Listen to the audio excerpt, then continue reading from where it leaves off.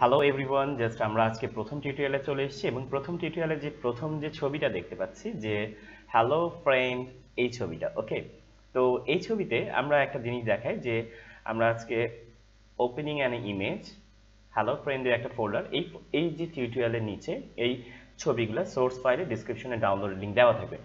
এই দেখেন, একই ছবি, একটা দুইটা তিনটা ভিউ এসে, কিন্তু নাম কিন্তু একই, hello friend hello friend hello friend. তো এটা কিভাবে আসলো? এটা আসলে হচ্ছে আমরা যদি এটাতে রাইট ক্লিক করি, প্রপার্টিজ দেখি এটা কি ফরম্যাটে আছে। প্রতিটা ছবির একটা ফরম্যাট হয়, যেমন ধরেন এটা আছে জেপিজি, এই দেখেন জেপিজি। ওকে, অ্যান্ড দেন আবার এটার পরেরটা যদি দেখি, আবার প্রপার্টিজে ক্লিক করি, সেটা দেখতে পাচ্ছি যে পিএনজি। ওকে, ঠিক আছে। আবার যদি এটা দেখি, এটা দেখতে পাচ্ছি টিফ।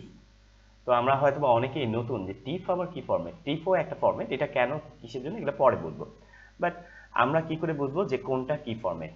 তো সেটা বের করার জন্য আমরা সহজে, যাতে এইভাবে প্রপার্টিজ না ক্লিক করে, আমরা প্রতিবার না দেখে, আমরা প্রতিটা ফাইলের পাশে কি ফাইল ফরম্যাট আছে এটা দেখার জন্য কিভাবে করব।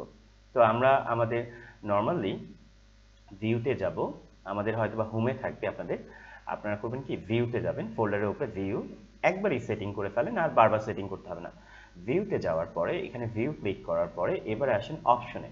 ওকে, এই যে অপশনে আসার পরে অপশনে আপনি ক্লিক করেন, দেখবেন যে অপশন আনার পরে এখানে আবার একটা ফোল্ডার এসছে। এখন এখানের পাশে কিন্তু কোনো কিছু নাম নাই যেটা কি ফরম্যাট আছে।